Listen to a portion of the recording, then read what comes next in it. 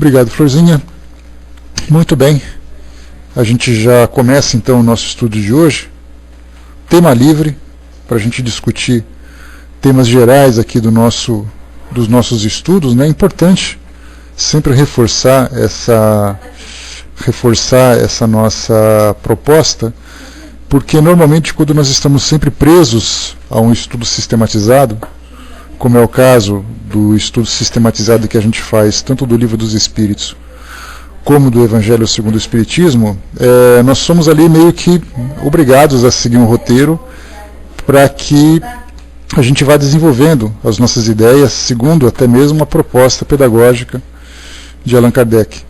Mas no decorrer dos nossos estudos, da nossa vivência, das experiências que a gente vai aproveitando, né, ou experimentando de modo geral, nós vamos encontrando questões que não são respondidas dentro desses estudos sistematizados, pelo menos não na hora em que a dúvida surge.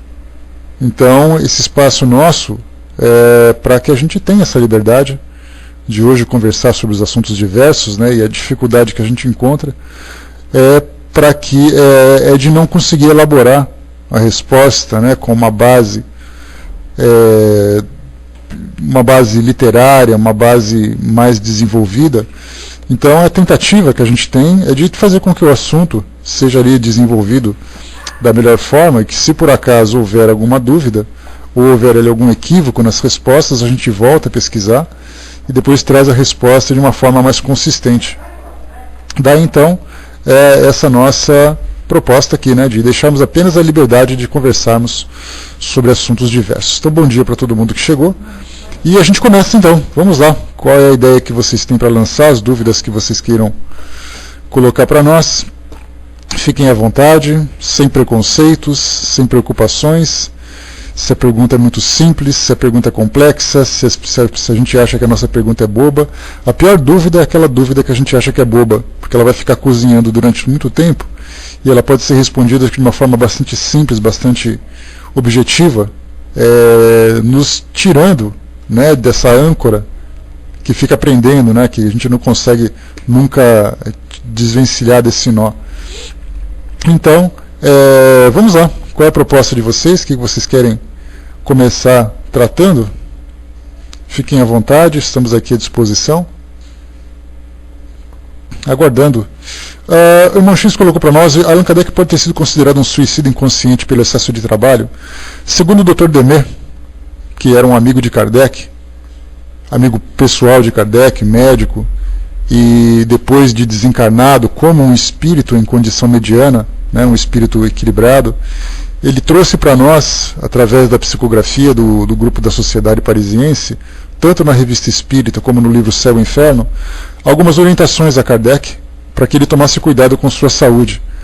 E foi chamado a atenção, Kardec, lembrando que ele desencarnou por causa de um infarto, e é um problema cardíaco que ele tinha, e houve uma época do trabalho do trabalho que era muito excessivo, ele acabou ficando de cama. Ele teve que suspender todas as atividades dele, de pesquisas, de trabalho na sociedade, de publicação de livros. Ele ficou acamado, e veio uma comunicação do Dr. Demer para que ele se cuidasse, porque o compromisso dele era muito sério, o trabalho que ele desenvolvia era um trabalho muito complexo, e que ele devia fazer de uma forma equilibrada.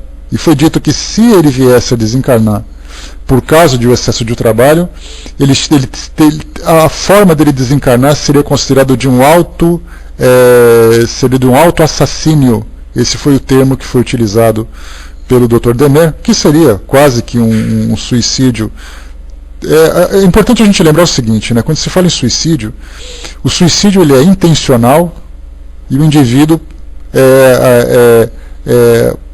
agride a si mesmo, né? Então, quando a gente fala de alguém que desencarnou porque fez uso de substâncias tóxicas, porque praticou um esporte radical que acabou colocando a vida dele em risco, nós vemos aí, né, skatistas, motociclistas, pilotos que fazem ali as maiores loucuras acrobáticas e eventualmente acabam desencarnando. Pessoas que de alguma forma acabam trabalhando em excesso e também vindo a desencarnar, esses não são suicidas, porque o suicídio a gente lembra que é intencional. Então, essa expressão suicídio inconsciente a gente usa bastante, mas ela é, como a gente viu, equivocada, porque a definição do suicídio é o atentado contra a própria vida. E nesse caso, as pessoas não fizeram isso com a intenção. Então, Kardec foi chamado a atenção para que ele tomasse cuidado com sua saúde. E aí, então, ele ficou ali em recuperação, restabeleceu sua saúde e continuou trabalhando. Então, foi chamado a atenção que ele poderia provocar esse autoassassínio. Aí a gente pode interpretar esse autoassassínio, que seria mais ou menos ali matar a si mesmo, né, sem a intenção, mas pelo excesso de trabalho. Então foi chamado a atenção dele por isso. E no caso do desencarne dele, veio de uma forma natural, segundo os espíritos trazem para nós, porque ele tinha ali uma cardiopatia, que acabou chegando no seu ápice, mas ele conseguiu concluir a sua obra. E segundo informações trazidas pelos espíritos, em especial por Leon Denis, dizendo que ele, Leon Denis, seria o sucessor de Kardec caso ele tivesse fracassado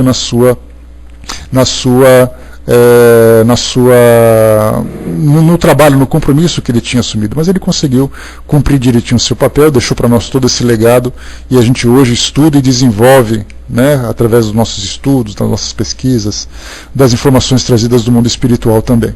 Tá certo, irmão X? O André colocou para nós: quando a gente sabe se um espírito está reencarnado ou está em uma colônia espiritual? Bom, quando a gente fala de um espírito reencarnado, ou se ele se encontra no plano espiritual, a gente coloca plano espiritual de um modo geral, que fica mais fácil do nosso entendimento. Mas a gente não tem como saber, a não ser através de uma revelação, ou através de informações que sejam reveladas, né, através de lembranças, de memórias. A gente tem hoje, por exemplo, a terapia de regressão de memória, né, ou de regressão a vivências passadas, como é chamado por alguns segmentos da psicologia e mesmo, né, do espiritismo.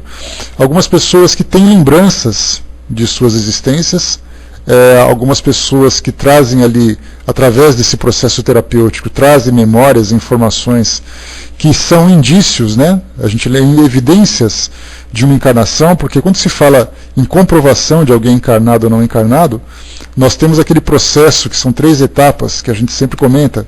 O primeiro, nós temos indícios. Indícios são algumas informações que sugerem determinado caminho, né? Depois nós temos evidências, que são informações mais sólidas, mais concretas, que nos levam a uma determinada resposta. E finalmente nós temos as provas, que são contundentes, são definitivas. Tudo aquilo que diz respeito ao mundo espiritual se relaciona com as evidências.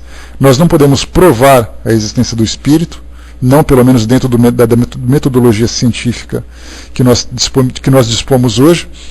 Então muitas pessoas que vieram vieram a desencarnar, depois reencarnaram, trouxeram informações pelas suas próprias lembranças, e essas lembranças se tornaram evidências que começaram a ser estudadas.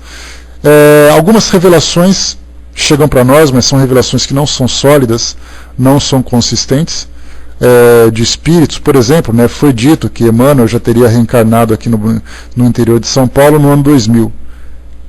Então hoje ele já é uma criança de provavelmente 11 anos de idade.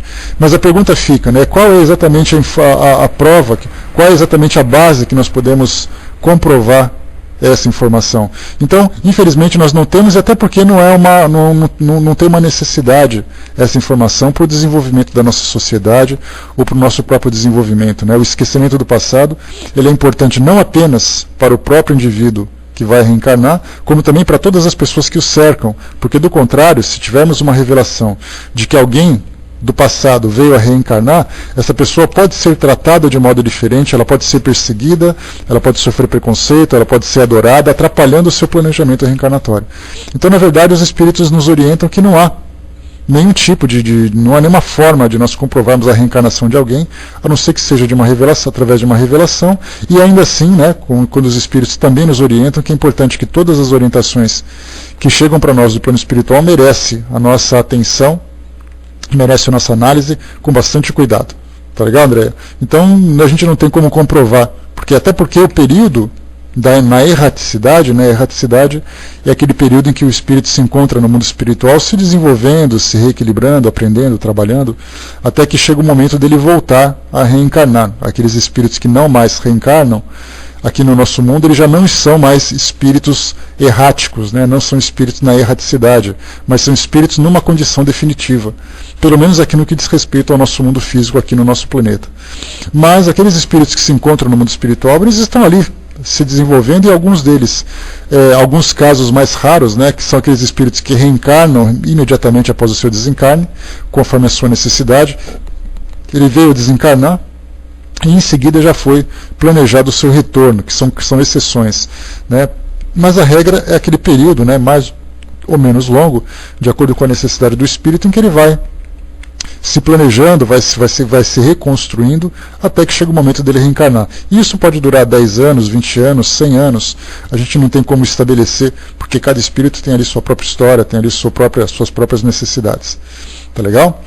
A essência colocou: o que pensam de nós, os espíritos que estão ao nosso redor e nos observam? Nós somos os que pensam com muita compaixão, pensam com muito pesar, por ver que ainda nós nos encontramos ainda presos em tantos equívocos, em tantos vícios, em tantas ilusões, e que por mais que eles passem informações para nós, eles acabam ainda meio que falando, entre aspas, né, falando com as paredes. Porque a gente lembra que quando você fala com alguém que se reconhece, como por exemplo, um espírito vem e fala para um espírita que é médium, que estuda, que conhece, é uma relação diferente. Mas quando você fala, por exemplo, com um muçulmano, quando você fala com alguém de uma outra região, de uma outra, que tem ali uma outra forma de vivenciar essa relação com o mundo espiritual, eles acabam, né, tendo ali as suas dificuldades. Até porque a mediunidade hoje, de uma forma muito clara, de você chegar e aceitar aquilo que vem como revelação, e você começar a se desenvolver ou a trabalhar em função daquelas orientações, daquela informação, isso é algo muito raro nos nossos tempos de hoje, porque quando você fala em mediunidade, dentro das religiões dominantes hoje, ela é vista com muita rejeição. Mediunidade, por exemplo, né, na própria Bíblia, fala que os médiuns são perseguidos, que os médiuns não podem falar, que os médiuns não podem fazer, que isso é proibido e coisa e tal. Então, se um espírito vem e dá uma orientação para que a gente siga esse ou aquele caminho, dependendo da forma como eles nos orientam, essa informação é rejeitada e isso provoca, como eu disse, um grande pesar. Então, através da intuição, daqueles que têm ali uma certa influência sobre a massa, daqueles que de alguma forma conseguem traçar diretrizes, planejar ali desenvolver um plano filosófico para a vida das pessoas, essas pessoas são alvos então, né, dos espíritos, para que possam transmitir essas orientações. Então, na verdade, eles nos veem ainda nos arrastando aqui nesse nosso mundo, né, meio que nos arrastando na lama ainda, pelos nossos vícios, pelas nossas dificuldades. Ontem, por exemplo, eu lembrava que, a gente fala da expansão da doutrina espírita, mas ela se expande, ela se difunde por temas fragmentados.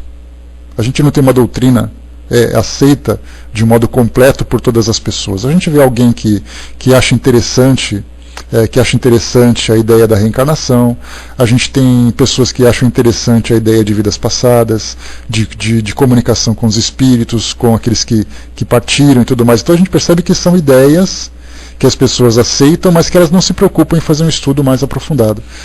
Então, de um modo geral, a gente vê que nós nos encontramos ainda cegos guiando cegos. E mesmo nós que temos um conhecimento mais desenvolvido no que diz respeito a esse entendimento do mundo espiritual, nós mesmos ainda temos muita dificuldade para lidar com essa mudança radical do nosso modo de viver, de fazer essa reforma íntima, essa transformação e tudo mais. Então a gente vê que os médiuns, propriamente dito, já dão muito trabalho e já provocam, né, muitas lamentações do mundo espiritual. Imaginemos então as pessoas que são leigas. Mas os espíritos, felizmente, eles são muito otimistas. Embora lamentem a nossa condição atual, eles são muito otimistas e muito perseverantes, porque sabem que é uma necessidade, é uma lei natural essa transformação, e eles fazem de tudo para isso, né? As religiões estão se transformando, as pessoas estão se transformando, as ideias estão se difundindo de uma forma diferente, e aí então a gente tem ali, né, a oportunidade de observar, né? Como eu sempre digo, nós somos testemunhas de uma fase muito importante para a humanidade, nós estamos testemunhando essa transformação. Ainda que esse mundo de regeneração demore ali 1 século, 2 séculos para que seja estabelecido aqui no nosso mundo, nós fazemos parte dessa transformação. Mas há tempo muito breve, há tempo muito curto ainda. Aliás, há um tempo muito longo que nós precisamos ainda aguardar e trabalhar para que isso aconteça.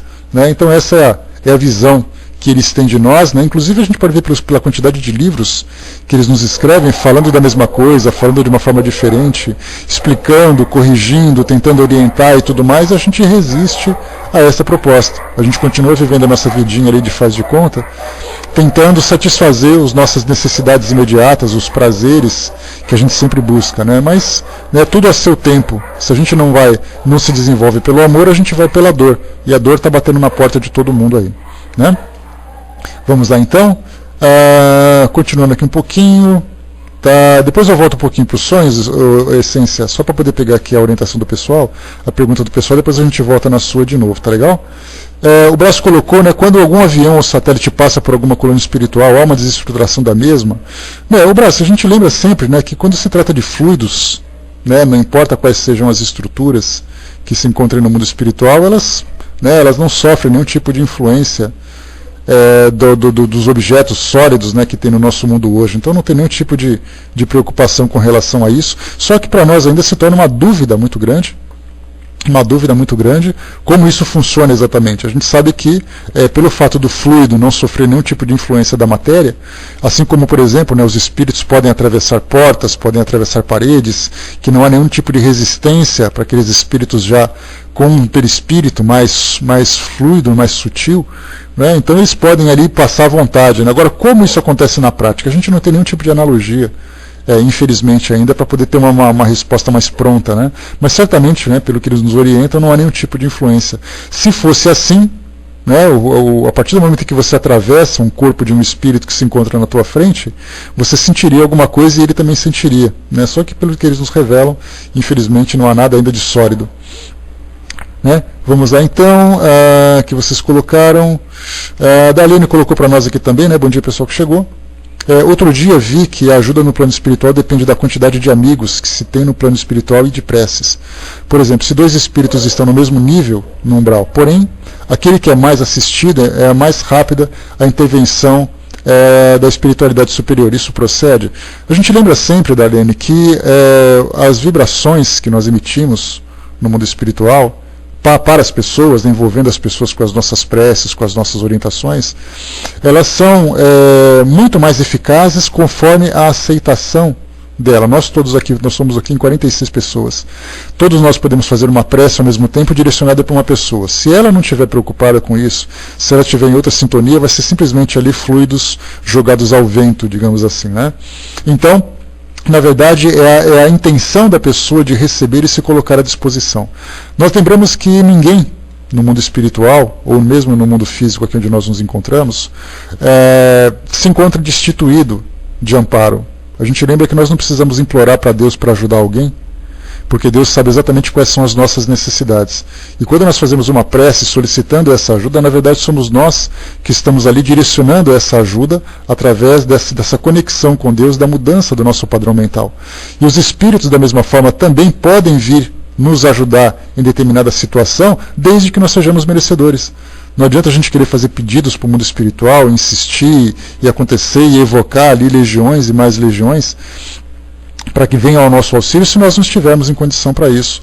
E a gente não fala não apenas em condição de entender a necessidade desse auxílio, mas até mesmo de nós nos colocarmos, mudarmos o nosso padrão, mudarmos o nosso modo de pensar para poder receber essa assistência, né? Então as preces, na verdade, elas servem para nos transformar diante de determinadas situações. E essas preces favorecerão para que os espíritos venham interceder por nós, porque quando você se coloca numa condição de prece, a sua mente entra em sintonia com o mundo superior e basta que eles ofereçam essa assistência. Nós temos os nossos espíritos protetores, nós temos os nossos amigos espirituais, nós temos Deus que olha por todos nós. Então a pergunta é, será que se por acaso eu não fizer uma prece, mas eu tiver ali um merecimento, eu não vou ser assistido? Claro que nós seremos assistidos. Então não é a quantidade de gente que vem em teu auxílio, né? Na verdade, é a forma como você se coloca diante do auxílio. É muito mais uma questão passiva do que uma questão ativa. Porque o ativo seria os espíritos virem em nosso auxílio. O ativo seria eu me colocar em condição de receber esse auxílio. Então, na verdade, é o paciente que faz a diferença, e não aqueles que vêm em sua assistência. Porque se eu for um espírito que tiver condições de ajudar, e apenas eu vier em seu auxílio, já é o suficiente para que você receba ajuda. Agora, se eu tiver 10 espíritos aqui do seu lado e você simplesmente estiver com a cabeça na lua, sem nenhum tipo de preocupação, certamente isso aí não vai acontecer nada. Né? Exatamente, né, César? Até uma pessoa que é ateu é ajudada, porque independente de sua crença, a gente lembra que a rejeição do ateísmo é muito mais pela dúvida com relação às religiões dogmáticas que se tem hoje, do que com uma negação oficial a respeito de Deus. Né? Então eles não aceitam a proposta que é oferecida. Mas a partir do momento em que isso acontece, as coisas simplesmente se transformam.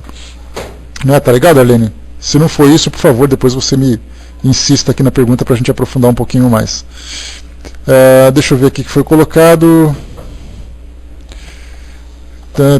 Tá, eu pensei assim, né, mas fiquei na dúvida, pois todos na sala foram unânimes ao que eu escrevi antes, né, se assim fosse, não seria superior, não seria diferente do que acontece na Terra. Né, então é mais ou menos essa é a ideia.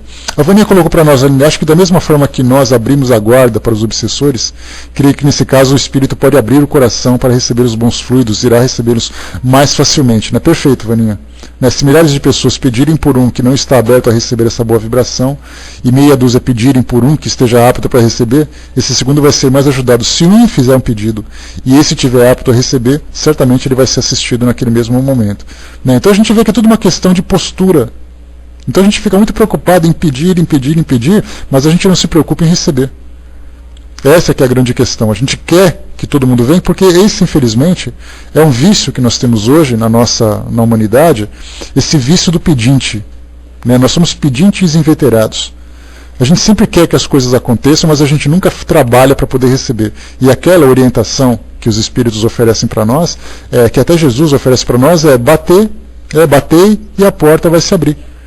Ou seja, quer dizer, eu tenho que fazer a solicitação, mas eu tenho que fazer por merecer essa assistência. Não basta simplesmente eu pedir e esperar que as coisas aconteçam. Né? Então, é dessa forma que a gente tem que pensar com relação à prece. A gente tem que mudar, porque nós estamos muito ainda viciados nessa história da prece, da postura diante da prece, pelo fato da gente ter tido uma educação religiosa equivocada com relação à nossa vivência junto ao mundo espiritual. Então a gente tem que compreender que preces, elas são pedidos, mas preces, muito mais do que pedidos, preces são processos de transformação. Então eu não faço uma prece pedindo, eu faço uma prece, na verdade, para me colocar apto para receber. É dessa forma que a gente tem que pensar. Né? Então, e lembrando também, né, nós tivemos, por exemplo, recentemente um amigo que ligou aqui para casa e disse assim, olha, eu preciso muito da prece de vocês, porque a minha esposa está em coma no hospital. Imediatamente, né, comecei a fazer algumas solicitações para amigos levarem nomes assim dos espíritas e tudo mais, mas aí depois quando a gente manda esses nomes, a gente pergunta, mas por que eu tenho que mandar em 10 centros espíritas se eu não posso apenas fazer uma prece sozinho? E espírita principalmente tem essa dificuldade, né? O espírita colocar nome num livro de prece de um centro espírita, por que ele mesmo faz a prece e faz a solicitação? Porque a gente não acredita no nosso próprio potencial. A gente tem que fazer com que um centro espírita, uma instituição, se mobilize para vir em nosso auxílio. E a gente se esquece que nós temos a mesma capacidade de fazer essa solicitação na nossa intimidade e receber esse amparo. Assim como Jesus naquela passagem que os apóstolos vieram, né, de expulsar os demônios, né, quando vieram ali os apóstolos, mas nós não conseguimos fazer isso. E aí Jesus, meio aborrecido, disse assim, hipócritas, né, até quando eu terei que conviver com vocês, né, seus infiéis, porque eles não acreditavam no próprio potencial de cura. E assim somos nós também, nós não acreditamos na nossa própria capacidade de autocura. Então a gente sempre busca esse recurso de fazer a prece muito mais por um hábito.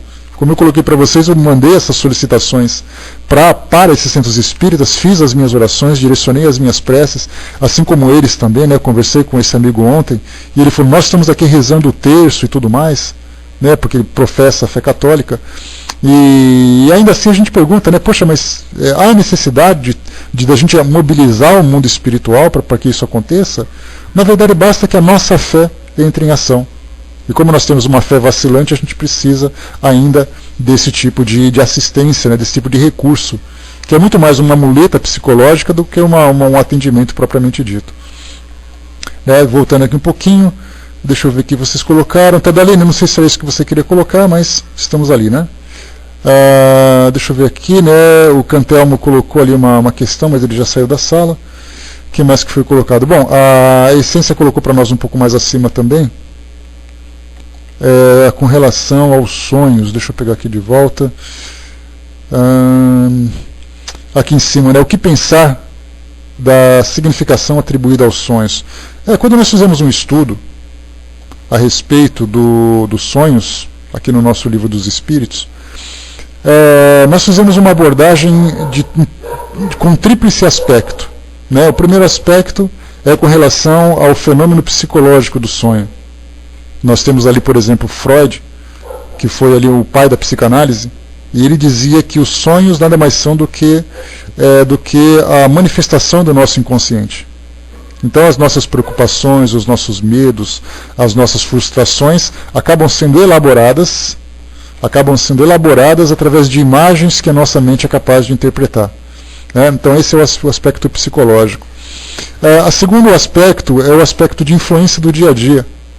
Eu me lembro certa vez de ter assistido a um filme chamado O Último Imperador, um filme extraordinário, um filme belíssimo, mas a trajetória daquele personagem, que era ali um imperador quando era uma criança na cidade proibida da China, e depois de um tempo ele cresceu e veio toda a decadência, da invasão, da perda dos poderes e tudo mais. O filme é belíssimo, mas depois que eu dormi eu tive pesadelos. Porque eu me entreti tanto com o filme, prestei tanta atenção e vivenciei tanto os sentimentos do personagem, que durante os sonhos eu acabei interpretando aquela angústia de você perder, de você sofrer, de você não conseguir ter equilíbrio. Então a gente percebe que as crianças, por exemplo, quando vão em festa, quem já percebeu, criança quando vai numa festa fala pelos cotovelos durante a noite, né? Por que isso tudo? Porque ela está simplesmente vivenciando as experiências do seu dia a dia. Quando você assiste a um filme de violência, quando você passa por um grande trauma, então isso acaba refletindo nos nossos sonhos, porque a nossa mente ainda continua processando essas informações. E a terceira, propriamente dita, é com relação à emancipação espiritual. Pois é, exatamente, né, Ana?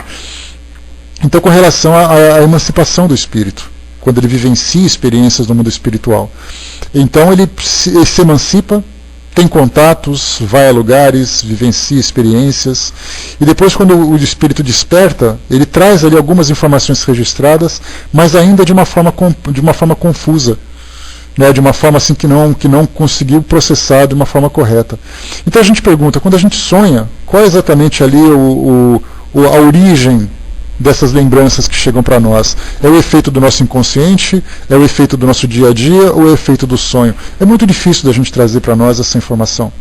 O que os espíritos nos orientam é quando são sonhos recorrentes em torno de uma mesma situação, de uma mesma ideia, isso sugere o espírito vivenciando uma experiência real durante a emancipação. Agora, de modo geral, a fronteira, como eu sempre coloco, a fronteira que separa uma ideia, uma situação da outra, é uma fronteira muito tênue.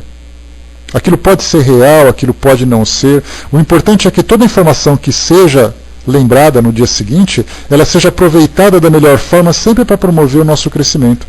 Se por acaso uma ideia me veio como uma sugestão, então eu pego essa sugestão e utilizo-a para que eu possa impulsionar ali o meu dia a dia, impulsionar a minha vida. Se por acaso ela me veio como um aviso, ainda que seja um aviso do meu próprio inconsciente, que eu utilize esse alerta para ficar mais atento com relação às experiências que eu vou vivenciar. Então é difícil para nós. Há médiums, né? É possível que sim, Melissa. Tem estudos interessantes que falam que os animais também sonham. E percebe-se, principalmente nas funções de um eletroencefalograma, que há uma alteração, nos níveis de atividade do cérebro no momento em que eles dormem, correm, gemem, latem. Então, quer dizer, os animais têm cérebro como o nosso, embora ainda de uma constituição mais simples, mas vivenciando as mesmas, porque já que o animal pensa, já que o animal tem inteligência e tem emoções, naturalmente isso se expressa também através dos seus sonhos, Então, o que a gente percebe é exatamente isso, de que forma diferenciar. Como eu coloquei para vocês, existem médiuns que têm uma facilidade muito grande de vivenciar essa experiência de emancipação e depois trazer lembranças. A gente lembra de Chico Xavier, a gente lembra Ivone do Amaral Pereira, Divaldo Franco, que são ali, aqueles indivíduos, que tiveram ali lembranças, muito... Só um instantinho, pessoal, por favor. Então tem ali pessoas que tiveram lembranças muito sólidas, muito consistentes do que viveram. E depois trouxeram e falaram, olha, eu vivi isso, eu falei com aquilo, é necessário mudar isso e tal. Mas isso é exceção. essa mediunidade que permite essa facilidade de desdobramento é uma exceção à regra. Né? De um modo geral, nós estamos ali muito presos ainda ao corpo físico, até mesmo pelo nosso modo de viver. Né? A gente está muito mais ligado ao mundo físico do que ao mundo espiritual. Se a gente conseguir modificar o nosso modo de viver e começar a se espiritualizar, as nossas experiências com os espíritos serão muito mais intensas. Mas como é que a gente pode viver a intensidade do mundo espiritual preocupado com contas, preocupado com discussões, com relacionamentos, com trabalho, com estresse, com doenças, com isso, com aquilo? Dificilmente a gente vai conseguir entrar em sintonia. E é isso, inclusive, voltando àquela questão inicial que a própria essência colocou também, que os espíritos pensam, eles lamentam porque a gente não presta atenção no que eles estão falando, ou mesmo na presença deles. Né? Então, por isso que a gente fala, os sonhos, eles são interpretativos, e as imagens que chegam para nós é o nosso cérebro que processa. Você pode ver alguém ou viver uma experiência que você não consegue naquele momento decodificar. E aí então o cérebro cria um cenário, cria uma situação que sugere aquele mesmo tipo de sensação, de impressão. Né? Então é essa passagem. Voltando um pouquinho, espero que tenha respondido, essência. Tá? É uma pergunta um pouco complexa, né? A gente levou ali três ou quatro estudos para tratar desse tema, então assim a gente fez um resumão daquilo tudo, né? Não dá para a gente trazer ali tudo de uma vez. Bom, o Andador colocou para nós aqui em cima, a mim parece um paradoxo o espírito ter que vir à matéria e se desenvolver. Será mesmo uma condição necessária? Não há nenhuma condição para se desenvolver só lá? Assim, para mim, a matéria pertence ao mundo espiritual, já que ela é fundamental, é sempre assim. Sei que a doutrina espírita preconiza essa tese. Andador, quando a gente fala sobre a necessidade de reencarnação, a gente lembra que a própria interação com a matéria, o fato de nós estarmos aqui, de a gente vivenciar as dificuldades que o nosso mundo oferece, como frio, como fome, como dor, como limitação de locomoção, como relacionamentos que são presos nessas relações materiais, né? Isso tudo é necessário para o espírito, porque na liberdade em que nós nos encontramos, nós não temos nenhum tipo de restrição, a não ser a restrição da vibração. Já no mundo físico, nós temos obrigações. E a gente lembra que o fato de nós estarmos aqui hoje, ele faz parte de um processo. O mundo material para nós, ele nos desenvolve um instinto, nos desenvolve as emoções, nos desenvolve a inteligência. Então a gente lembra que desde os seres mais primitivos da criação, os primeiros seres vivos, os vírus, as bactérias, são princípios espirituais que estão ali em graduações naturalmente bastante diferentes, mas estão ali, através dessa interação com o mundo físico, se desenvolvendo esses seus instintos mais fundamentais, mais básicos. Então quando a gente pensa assim, poxa vida, mas um vírus, ele se encontra aqui no nosso mundo, e eu sou melhor do que um vírus. Melhor dentro de uma certa perspectiva. Porque a gente vai se desenvolvendo e nós não conseguimos ainda alcançar uma condição de liberação total do mundo físico. Por isso eles colocam para nós que aqui, sendo uma escola, nós sofremos estímulos, porque o mundo físico nos estimula. No mundo espiritual eu não preciso me alimentar, então eu não preciso trabalhar. Eu não preciso me proteger, então eu não preciso fazer absolutamente nada. Eu não preciso buscar pesquisas, desenvolver ideias, simplesmente porque eu estou vivendo na inércia. Já no mundo físico, o próprio mundo nos estimula, nos impulsiona a esse tipo de transformação, esse tipo de busca de pesquisa. Né? Então, isso que os espíritos colocam para nós, que a reencarnação é necessária para o nosso próprio desenvolvimento. Por isso que nós chegamos até aqui. Quando a gente conseguir superar essas necessidades mais básicas, né, deveria, mas acontece que a gente lembra sempre que o mundo físico, para nós, esses estímulos que nós recebemos aqui hoje não há no mundo espiritual. Porque o mundo espiritual é de liberdade. A gente lembra sempre isso, né? Você é livre para você fazer o que você quiser no mundo espiritual. E as únicas barreiras, como eu coloquei para vocês, é a barreira da vibração. Então a gente pergunta assim, mas deveria ter condições? Deveria ser um monte de coisa. Porque eu também tenho um monte de ideias. Um dia eu vou sentar com Deus e vou falar assim, escuta Deus, por que você não fez assim? Aí ele vai dar um tapinha nas minhas costas e fala, meu filho, você nunca vai entender. Então todos nós temos propostas diferentes. Para mim, olha só que interessante. Para mim todo mundo deveria lembrar das encarnações anteriores. Ponto. Para mim, todo mundo deveria nascer perfeito. Ponto. Para nós, a comida e alimento e remédio devia ser de graça. Ponto. Então, nós temos ideias para poder fazer com que o mundo seja melhor. Agora, a gente pergunta assim, então. Né? A matéria pertence ao mundo espiritual da seguinte forma. Tudo que existe no universo é fluido. É fluido condensado em diversos tipos de densidades. Então o próprio espírito ele é constituído de certo fluido que nós ainda não compreendemos. A matéria também é esse fluido, nada mais é do que energia condensada. Então, nós, quando estamos aqui, um detalhe interessante, andador, que é uma ideia que infelizmente ainda nós alimentamos de uma forma equivocada, é acreditar que o espírito encarnado não pertence mais ao mundo espiritual. E nós pertencemos. Nós somos espíritos independentes da condição em que nós nos encontramos. A única diferença é a dimensão que vai nos oferecer condições para desenvolver determinados aspectos da nossa natureza. Aqui no mundo físico, eu desenvolvo, como eu falei para vocês, o instinto, a inteligência, as emoções. No mundo espiritual, me desenvolvo o meu sentido de espiritualidade, desenvolvo a minha inteligência num outro aspecto, desenvolvo valores que aqui eu não consigo ter. Então, tanto no mundo físico como no mundo espiritual, nós temos ali duas escolas diferentes. Cada uma oferecendo recursos para que o espírito possa se desenvolver por completo. Agora, por que as coisas são assim? Dentro dessa teoria, nós colocamos, é uma necessidade porque o mundo físico oferece para nós esses recursos que o mundo espiritual não tem. Mas por que Deus não fez diferentes? Boa pergunta. Como eu coloquei para vocês, todos nós temos ideias, né? Se a gente pudesse se a gente pudesse escrever hoje uma carta para Deus dando sugestão, quais seriam as nossas sugestões? Para mudar aquilo que já é perfeito dentro da perfeição dele.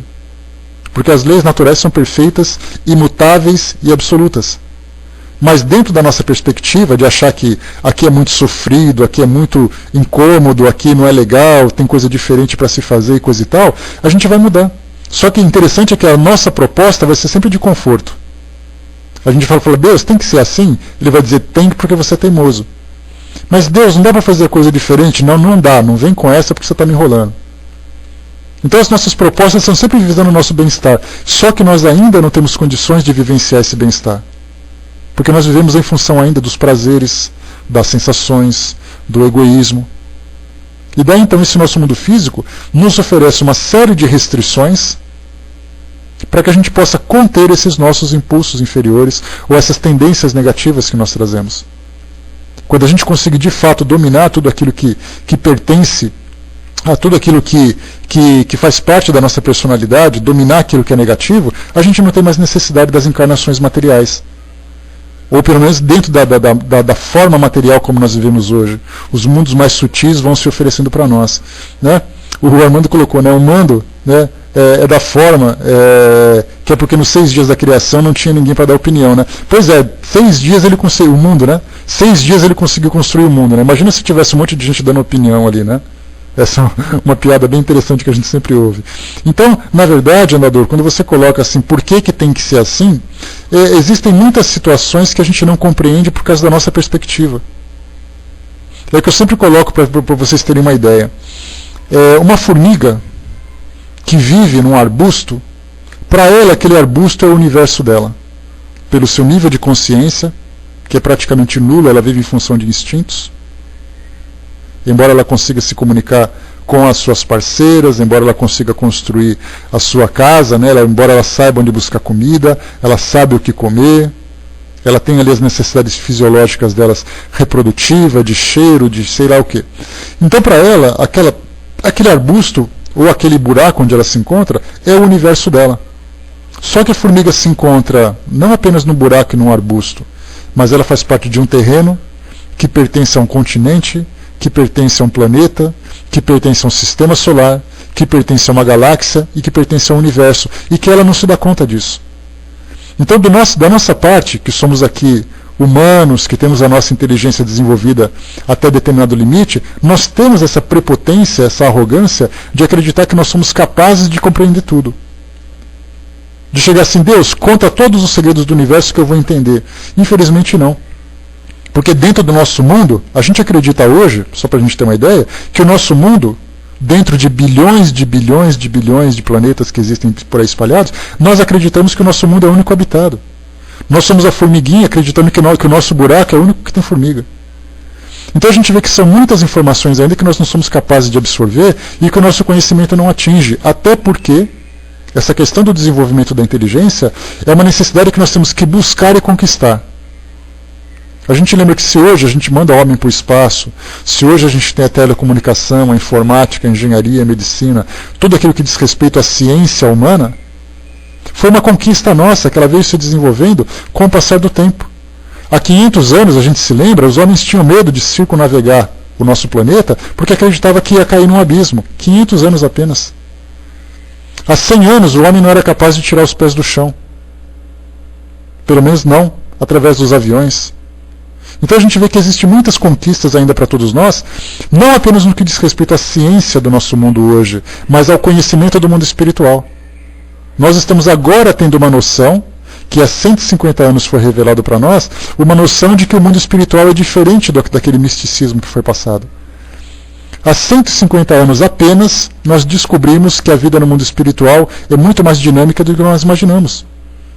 Então nós estamos aí dando o primeiro passo. Nós somos assim, digamos, podemos dizer assim, nós somos aqueles primeiros navegadores que ousaram explorar os mares. Porque até então todos viviam no continente porque tinha medo da água. Nós pegamos os nossos barquinhos a remos, começamos a remar em direção às profundezas do oceano, né, ou ao horizonte lá no final do oceano. E nós estamos desbravando esse novo mundo hoje. Nós estamos fazendo interpretações, nós fazemos interpretações erradas, interpretações certas. Então, muita coisa ainda a se revelar. Né? Então, por isso a gente sabe hoje que é uma necessidade para nós? Sim, sem dúvida é uma necessidade. Mas por que as coisas têm que ser assim? Por enquanto a resposta é porque sim. Mas por que sim? Porque a gente não vai compreender. Tem um filme interessante que eu sempre recomendo, chamado Passaporte do Além, ou Cidade de Julgamento, né, com a Meryl Streep, que é muito interessante, que fala da vida no mundo espiritual, né, de uma cidade espiritual, é uma comédia romântica, bem bacana. E aí então um personagem está ali conversando com aquele que vai defendê-lo na sua causa de elevação, né, para poder justificar os erros do passado. Isso, Passaporte para o Além. Eu tenho aqui, depois eu passo para vocês, isso é bem legal. E aí então o advogado se atrasa e ele pergunta para o advogado, escuta, onde você estava? Eu não vou poder te explicar agora que você não vai entender. Mas tenta que eu vou entender sim. Ele falava assim, eu estava preso no labirinto do pensamento. Aí o espírito ficou parado olhando para ele, aí o outro falou assim, eu falei que você não ia entender. E exatamente isso. Então são situações para nós que nós não fazemos ideia, que foge do nosso mundo, que foge da nossa realidade, que a gente não vai conseguir compreender. Mas não conseguir compreender agora. Mas quando nós estivermos no mundo espiritual, que a gente precisa, para poder entender a visão do mundo espiritual com relação ao mundo físico, nós precisamos estar lá. Não adianta a gente querer tentar entender como são as coisas. Então, no mundo material e no mundo espiritual, nós temos ali experiências diferentes. E a gente tem que viver nos dois. Nós sabemos como já é difícil ficar aqui. Né? Nós sabemos como é complicado a nossa vida no mundo físico. Quando a gente estiver no mundo espiritual, a gente vai perceber as complicações de estar também no mundo espiritual. E aí nós vamos fazer as comparações e vamos crescendo com relação a isso. Essas ideias que chegam para nós agora são ideias importantíssimas, porque são sementes lançadas na nossa mente, e essas sementes vão germinar de acordo com a fertilidade, de acordo com a capacidade que a gente tem de favorecer esse florescimento, né, ou todas essas ideias que chegam para nós. Aqui em cima, né, o andador colocou, a partir do que está sendo dito, a verdade pode ser completamente diferente do que pensamos. Esse é o ponto. A intemporalidade da nossa verdade, que é um ponto que é com V minúsculo. Sem dúvida nenhuma, andador. Que eu coloquei para vocês. A gente interpreta o mundo espiritual hoje, apesar dos livros que são publicados, apesar das informações que são reveladas, nós fazemos interpretações. Porque nós não temos uma referência de um mundo que é etéreo, de um mundo que não tem matéria, de um mundo que não tem barreiras, de um mundo onde o pensamento, a força do pensamento, é a mola motriz para tudo isso. Para nós, tudo gira em torno do dinheiro, tudo gira em torno das necessidades, tudo gira em torno do nosso corpo físico. Então hoje, quando nós entendemos, eu tenho certeza que muitos de nós vamos chegar no mundo espiritual, e olha que nós estudamos a respeito disso, hein? Imagina quem não estuda. Nós que estudamos vamos chegar no mundo espiritual, vamos ficar de boca aberta pensando assim, eu pensava que era diferente, porque eu li num livro que falava outra coisa. Mas eu li lá, o fulano falou no estudo, eu lembro que eu estava lá na sala da Vaninha e do Zeke, e lá ele falou uma coisa que é completamente diferente da realidade. Então o Zeke não sabe nada, com certeza a gente tenta entender. Nós fazemos interpretações pelo nosso ponto de vista. Para vocês terem uma ideia, eu estudo a doutrina há mais ou menos 8 anos, mas faço leituras e busco informações há mais ou menos 20. quando eu me declarei oficialmente como espírita. De lá para cá, vocês não imaginam a quantidade de vezes que eu já mudei de opinião. Que eu achava que era uma coisa, que não era, aí eu comecei a pensar diferente, comecei a estudar e tudo mais, e agora, nessa trajetória, eu comecei a pegar firme numa linha de pensamento, mas nada garante que na próxima esquina eu vá mudar de opinião. Não com relação à ideia toda, mas com relação a um ou outro ponto que eu interpretava de uma forma equivocada.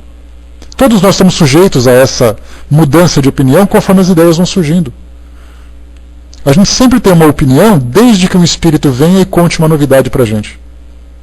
Através de uma reunião mediúnica, através de uma psicografia.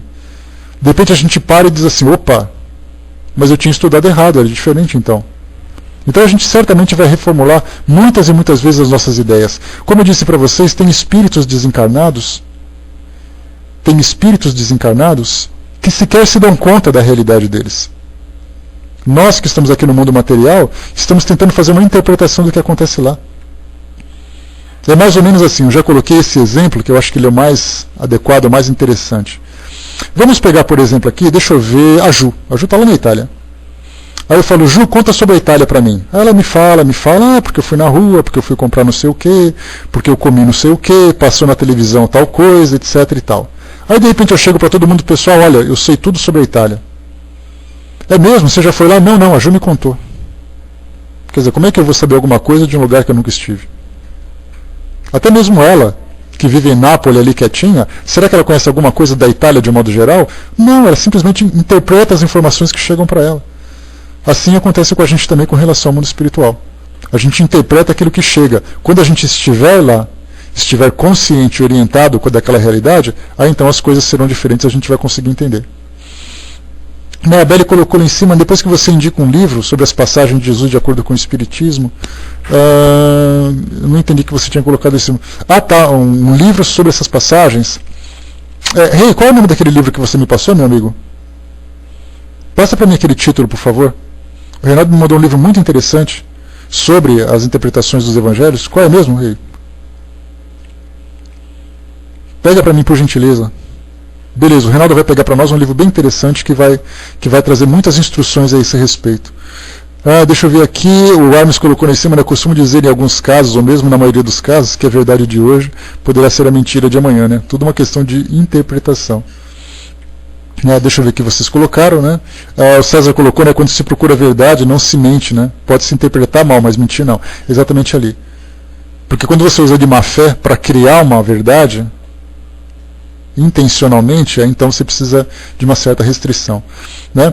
O Armando colocou, devemos analisar o que os espíritos nos trazem com lógica, né, como Kardec fez em sua época, né? Sem dúvida, né, com o controle universal, né? Quanto mais informações a gente tem, por isso que essa é a lógica que eles colocam para nós, né, tudo que chega para nós tem que ser analisado com lógica. Não que a gente tem que ficar restrito àquilo que foi dito ao Kardec pelos espíritos, mas utilizar a metodologia que ele trouxe para nós, porque quando as informações que chegaram, elas não vieram completas. Ele não teve tempo de passar para nós, em 12 anos de trabalho, todos os segredos do universo. Ele trouxe para nós uma base, e a partir dessa base a gente vai desenvolver então o nosso conhecimento. Mas é importante que a metodologia que ele utilizou, análise, critério, cuidado, atenção, não ter medo de negar, não é porque um espírito disse que você tem que aceitar. Então, esse método a gente vai desenvolvendo, porque nós somos muito deslumbrados com relação àquilo que vem do mundo espiritual. Se um espírito falou, está falado. E daí que ele falou? Eu também posso falar, eu também sou espírito. Só porque ele é desencarnado, eu sou encarnado, ele é melhor do que eu? Não. Mas dependendo do que ele falar, dependendo da lógica daquilo que ele disser, então eu dou muito mais razão a ele do que aquilo que eu vejo.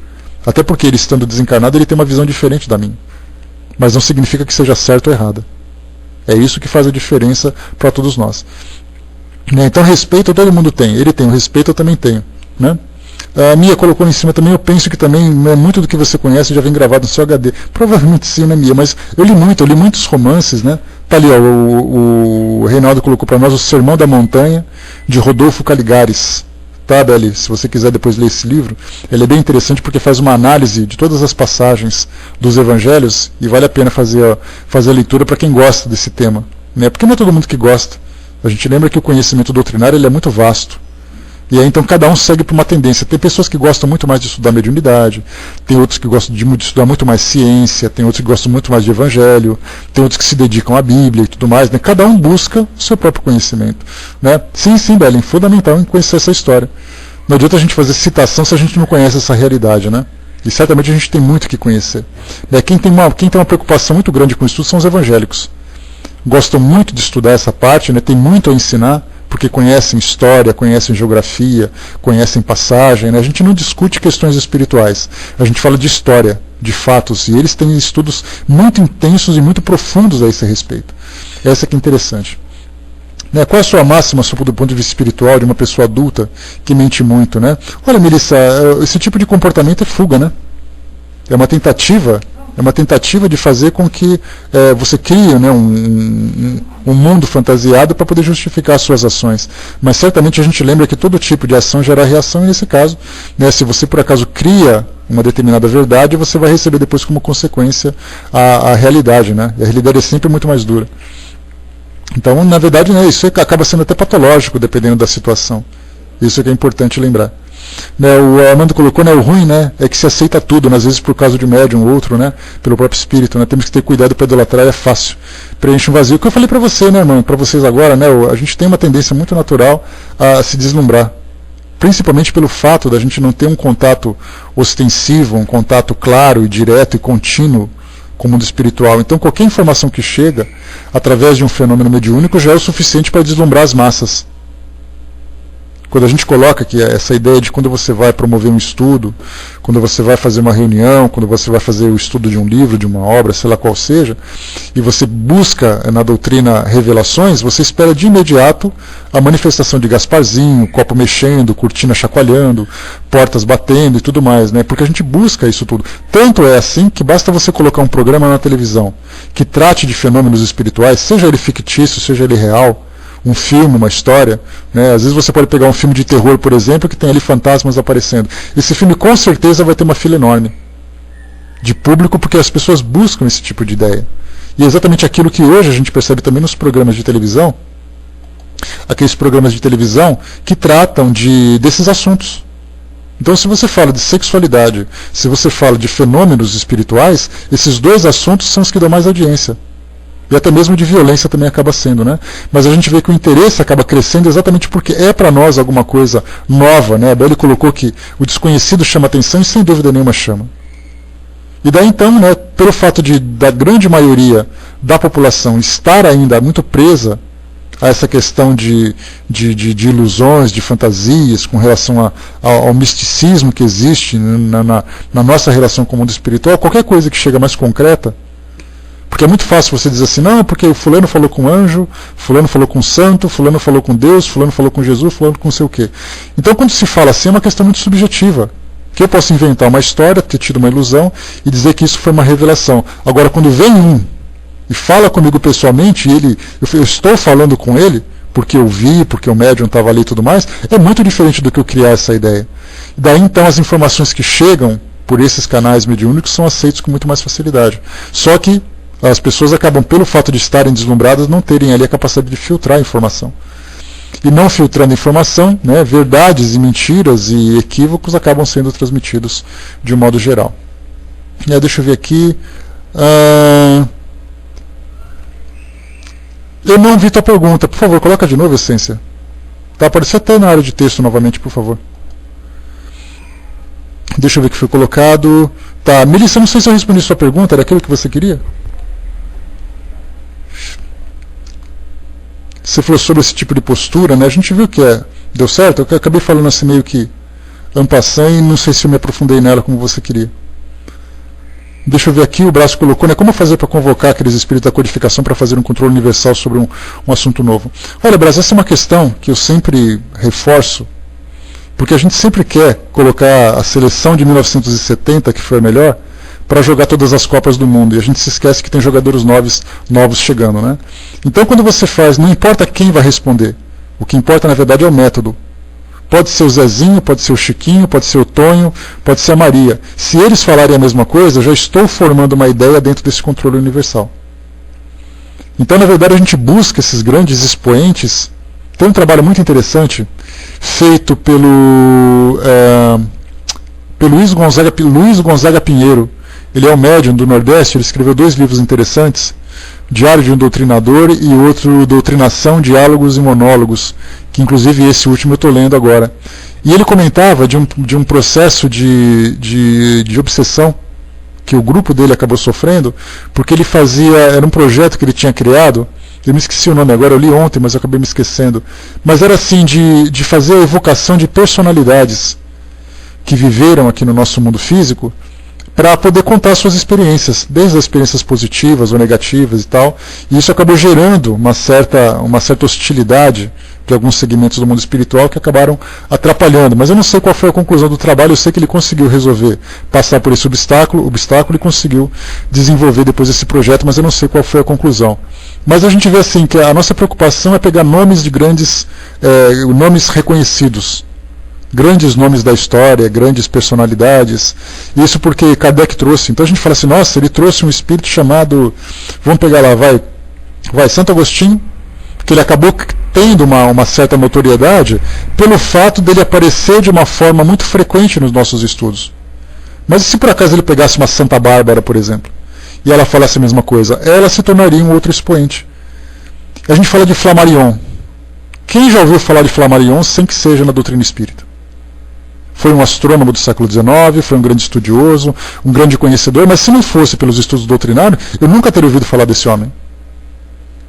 E a gente pode colocar vários nomes, vários expoentes da codificação, né? Inclusive o Reinaldo me presenteou com um livro super legal de biografias, que foi produzido, que foi desenvolvido pela Federação Espírita do Paraná, que é só de biografias. Pegar ali 90% daqueles nomes são nomes desconhecidos. Se tornaram conhecidos porque, no caso, Kardec acabou tendo contato com eles. Então hoje nós podemos mudar esse time, né? Pois é, exatamente, né?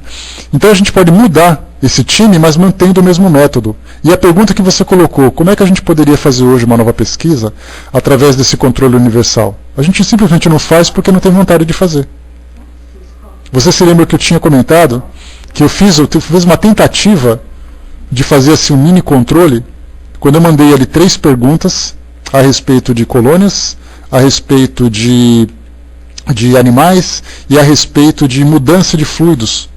No caso, por exemplo, né, como é que o médium da Umbanda toma ali um monte de cachaça e depois ele não fica embriagado? Como isso acontece? Então é um fenômeno de transmutação de matéria. Mas eu queria ter uma dúvida, queria tirar essa dúvida. Então eu mandei para alguns médiums que me mandaram algumas respostas. Um deles, por exemplo, né, o Landão me mandou uma resposta a respeito de Umbanda, né, Landão? Mandei, por exemplo, para o Reinaldo, que acabou depois me trazendo ali algumas informações da dona Dauni, que é uma médium, uma amiga nossa lá do Rio de Janeiro. Mandei para o Centro Espírita Leon Denis, que a resposta veio através do Espírito Agostinho, que me trouxe algumas respostas. Mandei também para Santa Catarina, que eu não tive resposta. Mandei para Minas Gerais, através do Marquito, amigo nosso que não está aqui hoje, né? Mas o Marquito também mandou para o grupo mediúnico dele, e mandou essa carta para vários grupos diferentes. E eles me responderam, e eu percebi que havia coerência. Então eu fiz uma tentativa mandando para 4 grupos diferentes. E vieram as respostas. Por que hoje os grupos não se juntam para tentar fazer a mesma coisa que foi feita? Então a gente percebe que não é quem vai responder, mas é como a gente vai lidar com essas respostas. Então o método que pode ser desenvolvido hoje não se desenvolve porque nós somos preguiçosos. Kardec recebia cartas que demoravam meses para chegar até ele. Hoje nós temos a internet que é instantânea. Por que nós não fazemos isso? Preguiça, comodidade. A nossa mente se congelou no século XIX, nas respostas de Kardec, a gente tem medo de fazer alguma coisa diferente. Então eu poderia trazer uma série de teorias aqui para justificar essa nossa inércia, essa nossa falta de iniciativas para poder buscar novas respostas. Como eu coloco para vocês, Kardec na sua época, primeiro ele colocou 612 perguntas. No primeiro livro dos Espíritos, publicado em 1857. Depois, em 61 ou 62, não lembro exatamente, ele trouxe 1019. Hoje nós podemos fazer 10 mil perguntas a respeito de física quântica, a respeito de genética, a respeito de astronomia, a respeito de valores de comportamento de sociedade diferente daquela época. Naquela época se falava com muita preocupação sobre pena de morte, sobre execuções. Hoje isso é raro de acontecer. Mas nós temos outros fenômenos comportamentais que poderiam ser analisados dentro da visão espiritual simplesmente utilizando esse método. E por que a gente não faz? Por falta de iniciativa. Não precisa de uma autorização do governo, não precisa de registro em cartório, simplesmente um grupo se juntar e, ó, pessoal, vamos fazer uma pesquisa? Então vamos fazer, todo mundo vai mandar essas perguntas aqui para todo mundo. E começa a mandar para esse centro, para o outro médium, depois junta tudo, faz uma resposta elaborada e pronto, conseguimos ali elaborar. Por isso então é importante que a gente tenha essa iniciativa, que a gente está na verdade com preguiça de fazer. Liberdade nós temos, não precisa de autorização, não precisa da Federação Espírita autorizar, não precisa de nenhuma federativa assumir isso tudo. Um grupo, simplesmente como Kardec fez, um grupo se juntar e começar a trabalhar. Ah, mas eu não consigo falar mais com um espírito, com um Erasto, não consigo falar com ele. Não tem importância. Eu falo com o mentor do meu centro mesmo. Ele tem conhecimento para isso, ele pode me dar a opinião dele a respeito desse ou daquele ponto. Se ele não sabe, certamente outro vai responder também. Vou lá em Uberaba, converso com o Celso de Almeida Afonso, lá, né, que é o nosso grande médium psicográfico, né, da atualidade, lá de Uberaba, converso com ele e falo assim, escuta, olha, bota essa pergunta na roda aí e manda os espíritos responder. Um monte de resposta vai chegar para nós. Por que a gente não faz? Por preguiça, por falta de organização, por falta de iniciativa. Pois é, a gente poderia, né, André, fazer um grupo assim, né? O problema é a dificuldade que a gente tem, né? Eu tentei fazer, tive uma experiência muito interessante, porque vieram respostas diferentes, assim, com contexto diferente, mas levando para o mesmo objetivo. Aí o que eu teria que fazer? Pegar essa resposta, colocar com as minhas palavras, ou colocar a resposta que é mais coerente, e começar a publicar em livros. Olha o trabalhão que Kardec teve, gente. O trabalho que ele teve é algo fenomenal. No final do Livro dos Espíritos, ele disse que teve contato com mais de 1000 espíritos. 1000 espíritos no século XIX, escrevendo cartinha, sendo levada por carroça, sendo levada por barco a vapor. Hoje nós temos a internet, temos o celular. Por que a gente... Temos até o Sedex 10, vai fazendo uma propaganda para o correio. Se não tivesse em greve, chegaria rápido, né? Já que não tem internet, não tem o telefone, manda para o Sedex, chega no dia seguinte. Por que a gente não faz? Falta de iniciativa. É justamente o que não se faz nos dias de hoje, pois se veio tal espírito, por tal médium, se aceita e não se analisa, é só mandar para a prensa, né? Infelizmente, e até porque é barato, né, Armando? Você pega aí com R$2.000, você consegue imprimir ali 2.500 livros. Pronto. O médium falou, está falado, o espírito falou, está falado. Falta essa questão do estudo, de trabalhar a codificação. Mas é medo. As pessoas têm medo de mexer na codificação. A codificação se tornou uma Bíblia, que é algo sagrado, que é algo intocável, que é algo imutável. E não era assim. Não é para ser assim. A codificação traz para nós uma quantidade de perguntas, de informações, que devem ser processadas e desenvolvidas, mas nós não fazemos. Né? Pois é. Olha só, André, aquela coisa que eu falo para você, os compromissos são tantos, pelo menos da minha parte, que infelizmente eu não tenho como me dedicar a uma segunda tarefa, uma outra tarefa, mas colaborar com ela certamente eu poderia fazer. É algo que é muito interessante de se fazer. A gente fala sobre pesquisa, César, de utilizar o método de Kardec para poder trazer ali novas informações do mundo espiritual. Inclusive eu levei um esfrega também, de um espírito, da mesma forma que Kardec também já levou, só que ele foi corajoso, ele publicou, eu não contei para ninguém, né? Quando ele coloca uma resposta, o espírito diz assim, nós já não falamos que é assim? Você já não sabe que é dessa forma? Quando eu coloquei uma resposta a respeito de um tema, o espírito colocou, basta estudar que a resposta vem. Aí baixei a cabeça, dei aquela assoviada, virei, fiz de conta que não era comigo e fui embora. Porque na verdade muitas vezes a gente acaba depois, né, se acomodando, infelizmente. Deixa eu voltar um pouquinho aqui, pessoal. A Essência colocou, né, minha sobrinha, mudando de assunto agora, vamos lá, virando a página. Minha sobrinha, cada vez que vai à igreja, ela disse que dá muito sono. E se deixar ela dorme, mesmo. O que isso significa? Primeiro, a gente lembra sempre que nas reuniões espirituais, de modo geral, há uma doação de fluido muito intensa. Né? E essa doação de fluido, de alguma forma, acaba proporcionando em nós uma certa sonolência. Então, há casos, a gente tem muitos médiums, né, que é interessante, tanto médiums como até pessoas que vão a palestras, dizem assim, nossa, mas eu vou lá no centro, cada vez que eu ouço aquela palestra me dá um sono, eu até cochilo. Só que na verdade ela dorme de sono. Aí o médium vai lá, eu estava assim, Eu estava assim na mesa e de repente começou a me dar aquele sono. Nossa, parecia que eu tinha vontade de dormir em cima da mesa ali, para em vez de trabalhar. É porque ele não tinha dormido a noite anterior, porque ele trabalhou demais, ele não se preparou. Mas então assim, essa questão do sono, muitas vezes assim, o assunto é muito cansativo, a própria condição física da pessoa é assim. Mas na questão espiritual, a gente lembra que estarmos num ambiente religioso, num ambiente que tem um trabalho espiritual, os espíritos procuram sempre, tem que colocar a cadeira dura e colocar com espinho ainda, Sandra, e ninguém dorme. E longe das paredes, principalmente. Né? Então, o que a gente procura fazer com relação a isso, a respeito desse trabalho, é exatamente que durante os trabalhos espirituais, nós temos ali uma comunicação com os espíritos, principalmente nessa parte assistencial, principalmente nessa parte de utilização de fluidos que nós emitimos, de ectoplasma, que eventualmente a gente pode acabar cedendo, pode acabar transferindo. E isso é utilizado para assistência a espíritos que estão ali, num estado mais materializado, mais estado perturbado. E a utilização desses fluidos gera, de alguma forma, um certo tipo de sonolência. E isso pode acontecer até mesmo quando o indivíduo é médium e não se dá conta. Vocês se lembram naquelas fotos em que tanto Chico Xavier como o próprio Peixotinho é um personagem, aliás é um médium carioca que viveu em Minas, ou é mineiro que viveu no Rio, não lembro exatamente qual é a história dele, mas depois eu pesquiso para vocês. E ele era um médium de materialização muito intensivo.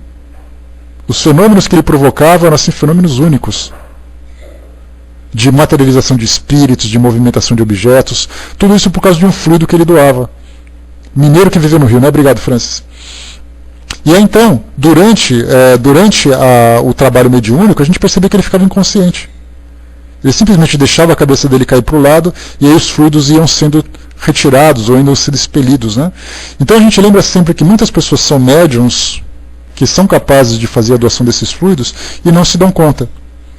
Então são muitas as situações que a gente acaba encontrando, né, muitas as situações que acabam oferecendo condições para que uma pessoa sinta sonolência durante esse trabalho. A mesma coisa também, Essência, quando tem um trabalho de passes, por exemplo, tem médiuns que ficam bocejando. Ele está fazendo a doação ali, não para de abrir a boca. Ele estava ótimo, conversando, tagarelando, etc. e tal, de repente ele começa a dar passe e começa a bocejar. Isso tudo porque doação de fluidos que pode acontecer no caso em que haja esse tipo de fenômeno. Agora, a gente tem também a questão física, a questão psicológica. Às vezes você vai fazer um trabalho no centro, aí você é médium, aí você entra naquela salinha escura, só com aquela luzinha no canto, aquela musiquinha de fundo, 9 horas da noite de sexta-feira. Quem não dorme, meu filho? Até eu encostar ali, começar a bocejar, e todo mundo falar, nossa, como ele está doendo fluido, ele está querendo dormir, por causa disso sim. Então a gente vê que são várias as situações que isso pode acontecer. De repente ela é médium que faz essa transfusão de fluidos, essa doação de fluidos, Essência, e pode estar sentindo os efeitos, porque a gente pensa que trabalho espiritual só acontece em centro espírita. E na verdade, nós temos ali nas igrejas, por exemplo, muitos são os relatos que chegam para nós, que a movimentação no mundo do mundo espiritual dentro das igrejas é extremamente intenso. Extremamente intenso. Que ali há movimentação de espíritos, dando passe, trabalhando cura. Tem pessoas que falam assim, nossa, eu fui para a igreja, voltei ótimo. Claro que voltou, cheio de espírito trabalhando perto de você, te dando passe, fazendo transfusão de fluidos e tudo mais, né? Então não é só, os fenômenos mediúnicos não acontecem apenas nos espíritas, acontecem em qualquer lugar. Principalmente onde haja uma grande concentração em que as pessoas ficam voltadas para o espiritual. Que é o que acontece em igrejas, em templos e centros. Só que cada grupo espiritual, cada grupo de espíritos, trabalha naturalmente dentro de uma determinada característica, respeitando a filosofia daquele local. Mas nem por isso deixam de ser médiums, deixam de ser assistidos, deixam de ter ali os processos de obsessão, de desobsessão. Acontece o tempo todo. A Aninha colocou para nós, isso acontecia comigo quando eu passava perto do cemitério. Aí fiquei mais previdente quando eu me dei conta de certas coisas. Né? Sim, é importante a gente perceber que às vezes a gente sente o fluido, mas não se dá conta disso. A Mia colocou, então, como você sabe que alguém tem mediunidade? Através de um estudo profundo. Tá, Mia, é importante que você vá a um centro espírita, é importante que você apresente, né, Tá, legal, Ciência. É importante que você apresente os sintomas que você sente para os dirigentes dos trabalhos mediúnicos, porque eles têm conhecimento para isso. Muitas vezes eles levam essa questão para os espíritos orientadores da casa, que eles vão dizer, olha, ele tem a mediunidade, tal mediunidade, né, ou tal faculdade mediúnica, e precisa ser trabalhada. Né? Normalmente as pessoas utilizam a palavra desenvolvida, só que o desenvolvido é utilizado de uma forma equivocada. Porque quando você desenvolve, você não cria, você aperfeiçoa. Então quando alguém disser para você assim, olha, eu preciso desenvolver a minha mediunidade, leia-se aperfeiçoá-la, dominá-la, conhecê-la, saber utilizar da melhor forma, não sofrer as consequências negativas e tudo mais. Então quando uma pessoa traz algum sintoma, porque nós temos dois casos interessantes daquilo que a Mia colocou, né? De pessoas que querem ser médiums e de pessoas que são médiums e não sabem. Aqueles que são médiums e não sabem, eventualmente eles acabam sentindo os efeitos dessa ou daquela situação. Sente ali calafrios, sente pensamentos que são intensos, sente ali dormência no braço, arrepio nas costas, sente ali uma certa agitação em determinadas situações. Aí ele fala assim, mas eu estou doente, não é possível. Fui ao médico, fiz um monte de exame, ele disse que não tinha nada, esse negócio no meu braço formigando, fui lá, fiz uma eletromiografia e não teve resultado nenhum, o neurologista disse que não tem nada, o ortopedista disse que não tem também e coisa e tal. De repente você vai num centro espírita, ele diz assim, olha, esse formigamento no braço nada mais é do que a influência dos espíritos te impulsionando para a psicografia. Então ele sente sintomas que acabam sendo identificados num trabalho sério mediúnico. Agora tem pessoas que dizem assim, escuta, eu queria ser médium, o que vocês podem ver para mim aí? Como se estivesse ali no mercadinho, né? Passando ali nas prateleiras, eu quero ser médium disso, quero ser médium daquilo, e muitas vezes por causa dessa, parece uma feira, né, André? E por causa dessa fixação que ele tem pelo desejo de ser médium, ele acaba desenvolvendo alguns sintomas de animismo. Animismo é aquela faculdade anímica em que o próprio indivíduo cria, ou ele tem ali condição de criar um fenômeno por ele mesmo. Então ele fala alguma coisa, ele diz assim, nossa, um espírito falou por mim. Ele nada mais fez do que falar sobre aquilo que estava no seu próprio inconsciente. Então ele começa a criar fenômenos na cabeça dele, acreditando que isso é um fenômeno espiritual. Talvez pela fixação que ele tem nessa ideia. E aí então tem a influência espiritual, que os espíritos mais inferiores, né, dizem assim, já que você quer brincar de ser médium, então eu vou te ajudar. E começa a criar fenômenos em volta dele que diz assim, nossa, eu sou um grande médium, porque eu fiz tal coisa acontecer e ele não fez absolutamente nada. Então a pergunta que você fez, como saber se é médium ou não? A partir do momento que se tem um sintoma que diz respeito à mediunidade, tem um livro muito interessante de Sueli Caldas Schubert, chamado Mediunidade, Caminho para Ser Feliz. Recomendo para vocês. Ele é um livro tratado para iniciantes, né? Ele não é um livro de tanta profundidade para as pessoas que gostam de estudar mediunidade. Para quem gosta de mediunidade, o livro dos médiuns é a cartilha. E além de outros livros também que ajudam bastante. Tem um chamado Desafios da Mediunidade, que está aqui na minha prateleira, de José Raul Teixeira, pelo Espírito Camilo. Também é um livro muito interessante de perguntas e respostas. Mas esse livro, Mediunidade, Caminho para Ser Feliz, ele traz um básico daquilo que as pessoas sentem, daquilo que as pessoas desejam. Recordações da Mediunidade também, que a gente já leu para vocês, da Ivone do Amaral Pereira, que também é um livro muito interessante. Ela tinha essa mediunidade aflorada assim na pele, de todos os recursos. De premonição, de desdobramento, de incorporação, de psicografia, etc. e tal. A Mia colocou, eu tenho medo da mediunidade. Medo porque não conhece, Mia. Essa que é a dificuldade. A gente tem medo daquilo que a gente não conhece. Quando a gente começa a entender o fenômeno, aí sim as coisas se tornam mais claras. Tá? Então eu deixo para vocês ali esse tipo de ideia, né?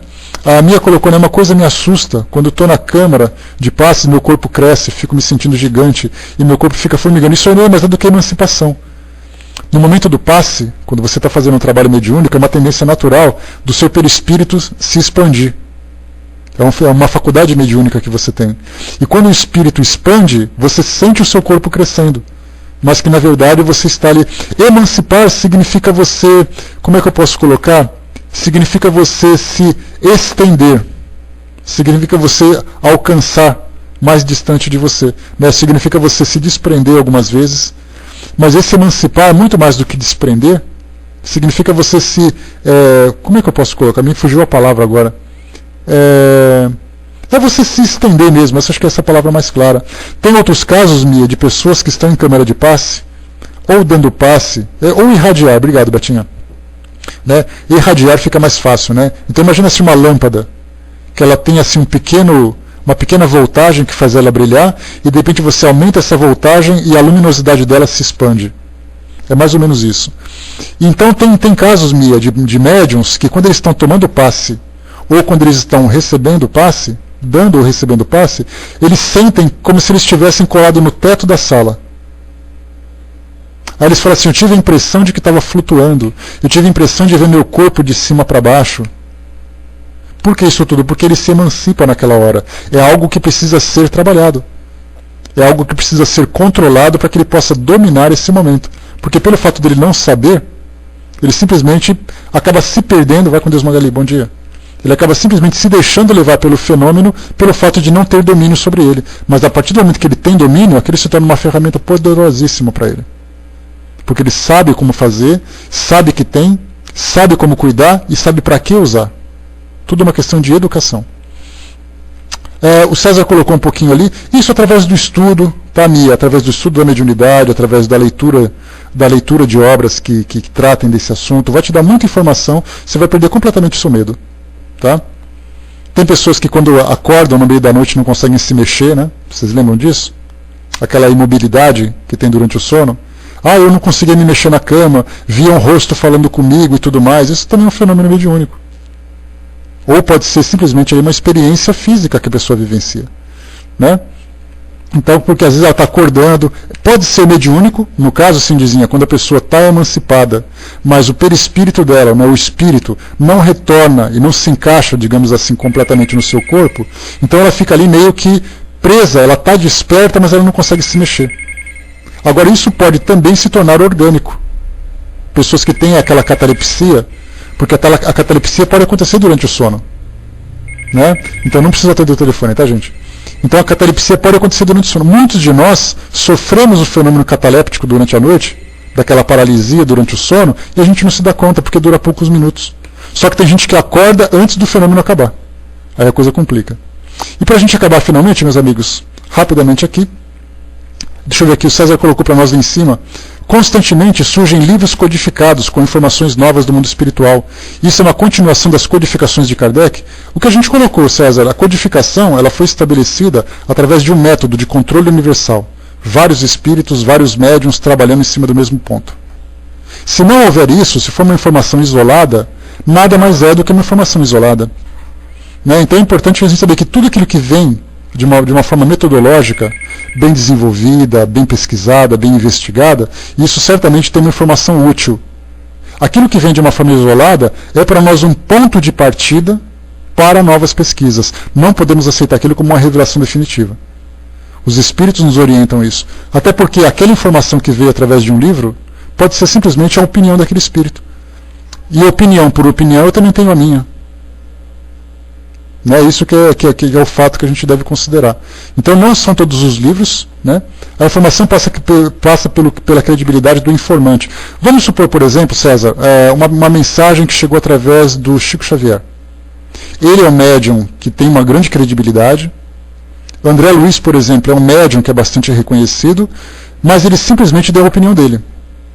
A respeito de estruturas do mundo espiritual, por exemplo, vários espíritos falaram sobre isso, só que cada um contou de um jeito diferente. Daí então de pegar essa informação e começarmos a analisar, a criar um corpo doutrinário através de uma investigação mais ampla. E não simplesmente dizer que porque ele disse, as coisas são exatamente assim. E se você perceber, a evolução da opinião de André Luiz, desde o início, com o Nosso Lar, até os livros finais daquela série A Vida no Mundo Espiritual, pode perceber que ele deixa de se apegar a informações mais materiais e se tornam muito mais morais e práticas. Porque no começo é o deslumbre. Mesmo que seja controlado, mesmo que seja estudado, mas depois ele começa a estudar de uma forma mais profunda. Então toda informação que chega para nós deve ser analisada. Então existe dois mundos da doutrina espírita, o mundo e o mundo dos espíritos? Não. A verdade é uma só. Só que essa verdade ela vem fragmentada para nós. E nós fazemos a interpretação do nosso lado também. Então, na verdade, a gente tem que manter o equilíbrio entre aquilo que chega e aquilo que a gente estuda. Do contrário, a gente vai simplesmente se entregar às informações sem pesquisar, que é mais ou menos o que acontece hoje com a Bíblia. Você pega, por exemplo, o livro da Gênesis, que diz que o mundo foi criado em 6 dias, que Deus criou o homem do barro, etc e tal, não sei o quê. Se você não pesquisar isso, você vai acreditar que foi assim mesmo. E durante muito tempo essa foi uma verdade. Até que essa verdade deixou de existir. Durante muito tempo acreditou-se que a Terra era o centro do universo e que o Sol girava em torno dela. Porque num dos livros da Bíblia dizia que Deus fez o Sol parar de girar em torno da Terra. E aí então a igreja acreditou que aquela informação vinda com o rótulo do divino era uma informação definitiva. E a ciência veio e desmistificou tudo isso. Então aquilo que chega para nós é fonte de informação para o nosso estudo. Não simplesmente alguma coisa para a gente abrir a boquinha e ficar ali recebendo, né? Já que temos as leis de Deus em nossa consciência, não temos dificuldade de separar o jogo do trigo, é até fundamental para desenvolver o nosso intelecto. Eles nos ajudam, mas nós temos que dar continuidade depois. Essa história de dizer assim, olha, é assim porque foi dito, não precisa mais fazer mais nada. Essa é uma comodidade que já passou, não é mais da nossa época. A Suzana colocou ali em cima para a gente poder fechar, tá pessoal? Fechando aqui. A Suzana colocou, sonhar com outras pessoas desconhecidas em um país diferente está relacionado com a espiritualidade ou é algo do inconsciente? Aquilo que eu falei, Suzana, a respeito dos sonhos. Tá? Tem um cantor de uma banda que fez muito sucesso na década de 80 e década de 90 também, o A-ha. Uma banda norueguesa, vocês se lembram, né? Dito assim, ó. A-ha, essa é a banda. O vocalista da banda, eu não me lembro exatamente o nome dele, ele escreveu um livro que ele sonhava com uma mulher que era para ele assim alguém muito especial. Pois eu adoro também, né? Embora eles não criem mais canções, eles ainda estão ativos, né? Então, sonhava com uma mulher que era muito importante para ele. Aquela coisa assim de uma paixão que se desenvolveu entre os dois nos sonhos. E essa mulher era uma brasileira. Ela deu uma entrevista no Jô Soares uma vez, contando essa experiência, dizendo que sonhava com ele constantemente. E ele correspondeu dizendo que também sonhava com ela. E entre os dois havia uma conexão espiritual que fugia da realidade dos dois. Ela não podia ir para lá para poder viver esse suposto amor, e ele não podia deixar a vida dele para viver isso tudo. E eles viviam essa experiência. E eu lembro de uma frase que ele disse assim, ele disse o seguinte para ela: a gente não pode mudar a nossa vida, mas eu não posso, não quero e não vou deixar de sonhar com você. E isso por quê? Então, quer dizer, eles não se conheciam, mas através dessas vivências espirituais, para eles eram muito reais. Essa experiência era muito real. Né? Não me recordo agora, André, teria que pesquisar. Se você puder colocar ali, fazer uma pesquisa no Google bem assim detalhada, colocar informações, de repente surge ali o livro. Mas eu lembro que eu vi entrevista com ela no Jô Soares. Né? Então há pessoas que têm experiências de emancipação que são bastante consistentes, em que você se desdobra e você visita locais espalhados pelo mundo. Locais com quem você tem afinidade, pessoas com quem você tem afinidade, há esses reencontros. Então não importa o local, o que importa é que a conexão que é estabelecida. Eu certa vez sonhei com a prima, olha só a relação. Eu sonhei com a esposa do primo de um ex-cunhado. Naquele dia, naquela hora. E de repente ela disse que sonhou comigo naquele dia e naquela hora também. Essa foi talvez a experiência mediúnica mais intensa que eu tive, mas foi uma coisa tão superficial que eu nem lembro direito o que era. De tão bobo que era a coisa, né? Mas o interessante é perceber que esses fenômenos existem. Que as pessoas se atraem, se buscam locais, em ideias, né? Que durante esse momento de emancipação isso acontece. Agora dizer assim, isso é realmente assim, é dessa forma que as coisas são, não tem dúvida de que seja assim. Ah, eu não lembro, é vocalista do A-ha. Coloca aí, André. Não me recordo o nome dele agora. Ainda mais que deve ser um nome norueguês, é uma maravilha de lembrar, né? Então, tá bom, eu passo, Bélio. Tá? Então, nesse caso, Suzana, que você colocou, são experiências possíveis? Sim, são possíveis. Agora, dizer assim, isso acontece, isso é real, vai depender da intensidade dos seus sonhos. Se eles são recorrentes, se eles acontecem com frequência e você sempre acaba tendo esses contatos e tudo mais, isso pode ser real. Agora você pode começar a observar um pouco mais os detalhes, tentar interagir um pouco mais durante os sonhos. Né? Porque nos sonhos a gente normalmente fica sentado numa poltrona assistindo um filme passando. Mas se há emancipação, você pode interagir, você pode tomar decisões. E acontece que quando você quer tomar uma decisão durante o sonho, normalmente a gente acorda, né? Você está vivendo aquela experiência, tal, de repente alguém fala alguma coisa, aí você fala, não, não quero, pum, você acorda. Infelizmente, né? Ah, não me recordo agora, matador. Infelizmente. Tá? Então, Suzana, é uma questão de observação. Eu sempre recomendo o seguinte, quando vocês têm sonhos, quando nós temos sonhos que são interessantes, anotem. Façam ali um relato breve daquilo que aconteceu e vai anotando num caderninho. Depois de um tempo você vai fazendo a leitura de tudo aquilo que fez e percebe e veja se há alguma coerência, se há alguma conexão entre essas ideias. Se houver conexão, isso pode, sem dúvida nenhuma, ser uma experiência real. Tá? Pela afinidade com o local, não sei se você tem afinidade com esse local que você relatou, se você tem afinidade com essas pessoas com quem você teve contato. Né? Então é uma questão de experimentar. Não existe uma regra definitiva para dizer assim, olha, as coisas são assim, pega no manual que está lá. O manual dá uma base para a gente, né? Mas dali, a gente cada um encaixar a sua experiência pessoal já é algo mais profundo. Meus amigos, fechando por aqui então o nosso bate-papo, tá? E me desculpem se por acaso a gente deixou para trás alguma questão que vocês tenham colocado, tá? Ou se houve algum equívoco naquilo que a gente colocou, ou se por acaso deixou alguma dúvida e tal, mas a gente tentou aqui explorar um pouquinho mais, né, cada uma das situações que vocês apresentaram, alguma dúvida que vocês apresentaram, né, e a gente espera que, né, esse nosso tema livre tenha sido também produtivo aqui para a gente poder fechar o nosso mês. Tá bom? Qualquer dúvida que vocês tenham com relação àquilo que a gente conversou, é só vocês depois colocarem aqui para nós, que a gente volta a fazer pesquisa sobre isso. Tá legal? Então tá aí, né, o ator, né, o cantor, né, Morten Harket, é o nome do indivíduo. Aí então é só vocês pesquisarem lá depois, ver alguma coisa de experiência de sonho, sei lá, não sei se isso vai ser registrado, né, mas naquela entrevista essa foi a experiência que eles colocaram e ela relatava que era uma experiência muito intensa para os dois, assim, envolvendo sentimentos muito profundos, né, não sei como é que isso acontece agora e tal, mas está ali feita, né, a citação só para poder ilustrar um pouquinho aquilo que a gente colocou. Bom, meus amigos, fechando por aqui então, a gente passa para o nosso amigo Brás, que vai fazer um encerramento para nós. Depois a gente volta para dar os recadinhos para vocês. Tá ali, ó, Eu e Minha Alma Gêmea. Tá ali, o André pesquisou para nós, para quem quiser conhecer um pouquinho dessa história. Tá, Suzana? Tá ali, valeu, André. Tá ali, então, qual é o nome da autora? Já que você achou, coloca tudo, por favor. Só para poder completar ali os dados. Eu e Minha Alma Gêmea. O nome da autora...